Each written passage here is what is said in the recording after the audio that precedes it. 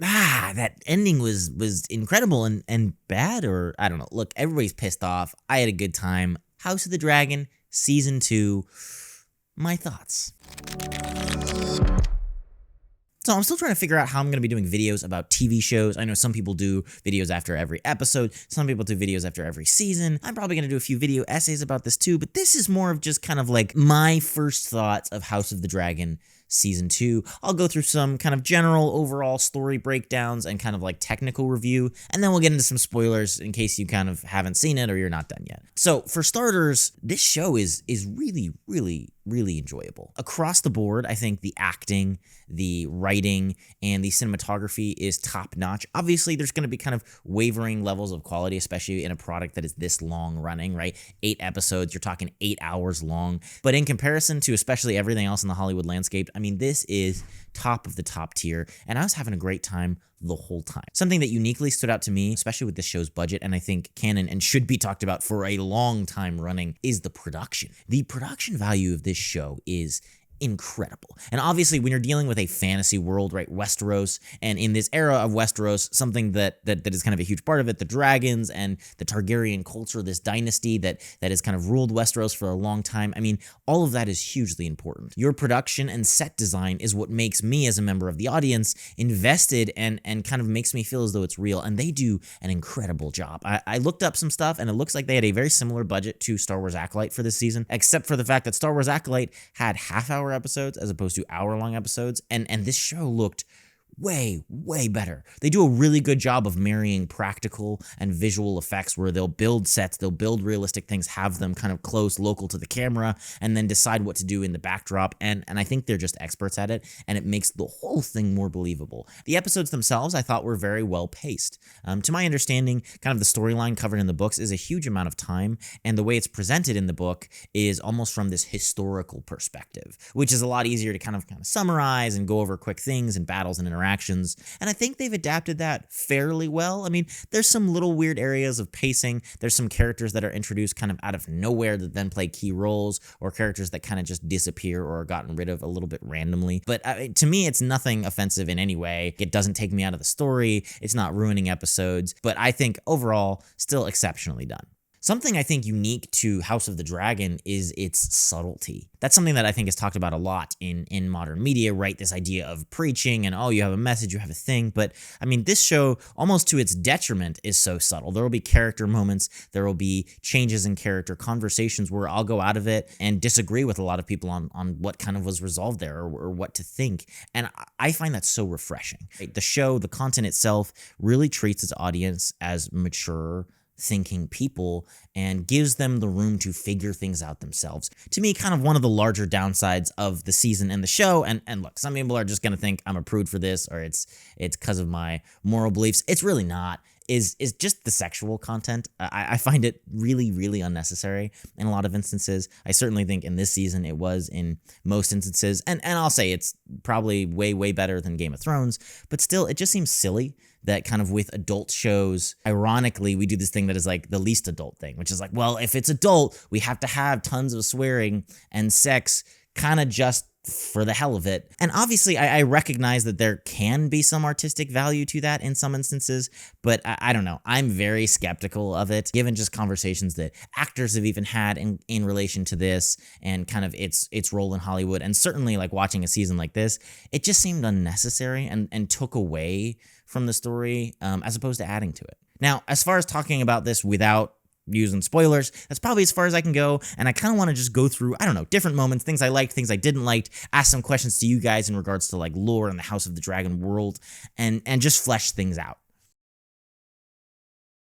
The dragons were done exceptionally well in this show. Dragons have always been a cool thing in fantasy. I feel like you're crazy if you don't like dragons, but given the budget they had and given the improvements they made on kind of all the dragon media that exists out there, even things like Game of Thrones, I thought was really well done. I mean, all the Targaryens play key roles in this show. The dragons and their role as like these bonded mates with the Targaryens also play key roles in this show. And so I really appreciated the work, the time, the effort going into having unique unique designs of all the dragons, unique sound designs of all the dragons, colors, necks longer and shorter, like different inspirations from different kinds of creatures. Functionally, it helped you distinguish the different dragons, but I also think that it really served to deepen the characters, right? If the dragon and the rider are supposed to be kind of bonded as one, then to see reflections of the Targaryen characters in their dragons, and maybe even like learn a little more about them through their dragons, was really, really cool. If I had to pick standout characters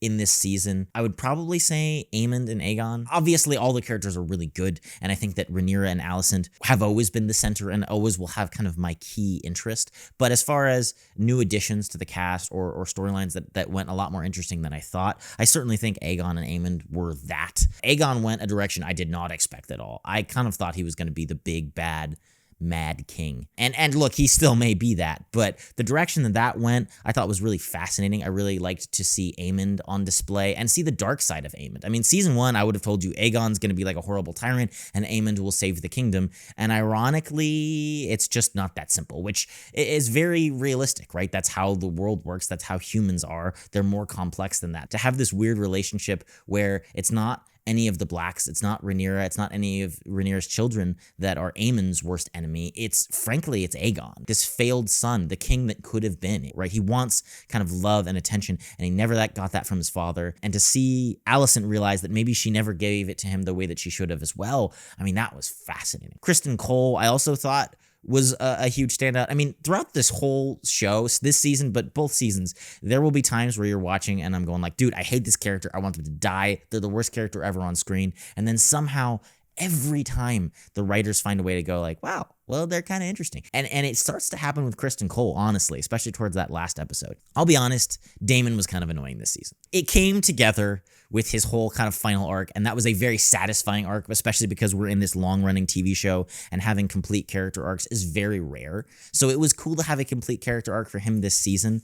But I heard somebody saying that his episodes just went on like maybe one episode too long in Harrenhal, and I think I probably have to agree. I think they just dragged that out, and it started getting repetitive after a while. Obviously, it was cool to get a deep dive, to get some flashbacks of the old actors from season 1, but there were certainly a few episodes where I was like, dude, I don't care about Daemon. This is so annoying. And then at the same time, it paid off. So I don't know. Daemon frustrated me. I had a toxic relationship with Daemon this season, which I mean, I guess is weirdly fitting. Rhaenyra was interesting this season. There were parts of her that I loved and parts of her that I didn't really like at all. And I certainly think that the writers themselves kind of got a little too caught up on what they thought her storyline should be commenting on. And that seeped, I think, a little too obviously into their writing. The whole woman in a man's world storyline is interesting in a lot of ways, but I also think kind of untrue, at least in some ways that they presented it. Obviously, one of the central struggles of the show is her struggling to be a monarch in this sort of patriarchal society, in the true sense of the word. At the same time, there were a few moments in the show where I feel like they presented Alicent and Rhaenyra as purely benevolent, and the fact that they were kind of women, that they wouldn't be causing the same problems that these men were causing in war, which is also true to a certain extent. At the same time, I think if you look back at history, there were still a good amount of wars ruled over by women in the same way that they were ruled over by men. And so there were just a few times where I feel like that leaned a little too unnuanced, especially given this very historically inspired, very grounded and real world. The whole thing with Mysaria, I thought that was kind of crazy. And I think there's a lot of story reasons for it. I mean, first of all, it just came out of nowhere. I know people say in the book that Rhaenyra is like bi or whatever, but that really has never been implied at all in the show. So it totally came out of nowhere. And I think more importantly for the show, there's this really interesting mirrored arc with her and Alicent this season where, you know, Rhaenyra has always kind of been this wild, reckless, you know, a little bit sexually deviant, right? I mean, she kicked off Criston Cole's whole kind of wild character arc and she kind of does what she wants and kind of follows her desires and then has now matured into maybe the perfect choice for queen. I mean, you start realizing that maybe her father did make a great choice where she's really going almost to absurd levels of trying to be just and confirm things before going to war, whereas Alicent is the opposite, right? Alicent was the dutiful daughter. She did everything her dad wanted. She played by all the rules, and yet it didn't work, and now she's kind of giving into her desires.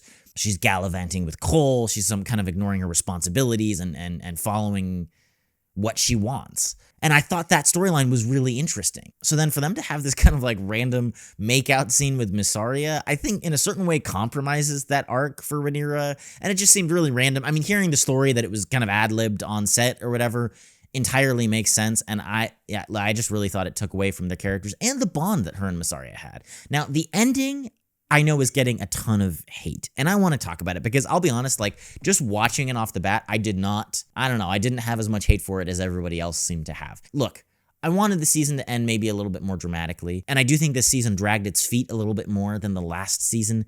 At the same time, and maybe this is just me, I think practically, I get it, right? They don't have a lot of budget. I think that the next season is going to be incredibly expensive because it's going to be all out war. And so I think the idea of going like, look, we got to hold off on this a little bit before we go crazy makes some sense. At the same time, I think they could have had a little bit more. They could have given us something at the end, a little skirmish, somebody riding a dragon, something. I mean, the ending of season 1 was so compelling, and this one was a bit more underwhelming than that. So, I mean, that's a fair criticism. I'm mixed about the Rhaenyra Alicent thing. I'll be honest, I thought it was a really interesting conversation. And when I just watched it like off the bat, I loved that moment. It wasn't as realistic as it could have been, certainly. And I think they probably could have found a better way to do it, like Alicent getting captured when she's trying to flee or something like that. And I do think that the kind of best and most interesting criticism of it is that Alicent just would not agree to kill Aegon. It doesn't make sense with her character. She's always loved her children. She's kind of been almost the obsessive mother, even in a bad way, but she still loved her children. And so the idea that she would then just sacrifice them and hundreds and thousands of men in King's Landing doesn't read as true. But it was still a well-done scene. It was a well-done interaction, and I enjoyed it. I understand some of the frustrations with the ending. I don't hate it, though. I'm certainly excited for season 3. And I do understand that there probably are just a lot of limitations when it comes to budget and the ability to do something like that. And I would rather them spend an extra season and do it justice than rush it and do it badly or not be able to show it as much as they often have been able to. At the end of the season, they also introduced this character of Lohar, who's going to be playing kind of the counter to the Sea Snake, right? And is playing this huge naval role in the battle between the Greens and the Blacks. To my understanding, Lohar in the books is a guy. And in this story, they're having it, played by a trans person, which obviously is kind of a huge discussion for another video. But from a story perspective, it stuck out to me. It didn't really seem to kind of read well in House of the Dragon. I mean, you have this huge whole civil war going on in Westeros because of a female monarch, right? The role of femininity plays a gigantic part in the whole narrative of House of the Dragon. And so then to go over to Essos, which I get is like more, I don't know, wild or progressive or however you want to think about it. I found it very, very unbelievable that you would have a female pirate leading like one of the biggest fleets in Essos. That didn't read true, and it seemed like a throwaway. And between that and obviously you have this trans actor playing the character, which really sort of seemed to pull me out of it. I almost would think it would be better if the character themselves was trans in the show, but then that would make even like less sense in the world of Westeros as far as people going along with that. So I don't know, that really took me out of the story and kind of added this weird curveball at the end. Honestly, just strictly from storytelling, it didn't seem believable in the world of Westeros. So House of the Dragon Season 2, overall, I really enjoyed it. I know a lot of people were really underwhelmed by the last episode, but look, I'm still really excited for Season 3. Let me know what you guys thought in the comments down below. What were your favorite moments of the season? What were your least favorite moments of the season? As always, tell me what you guys think about these videos. This was kind of a more off-the-cuff first thoughts video. I do like doing this. Do you want to see more of these? Maybe post-episode or post-season of other TV shows? Let me know in the comments down below. And as always, keep reading, keep writing, and I will see you all in the next video.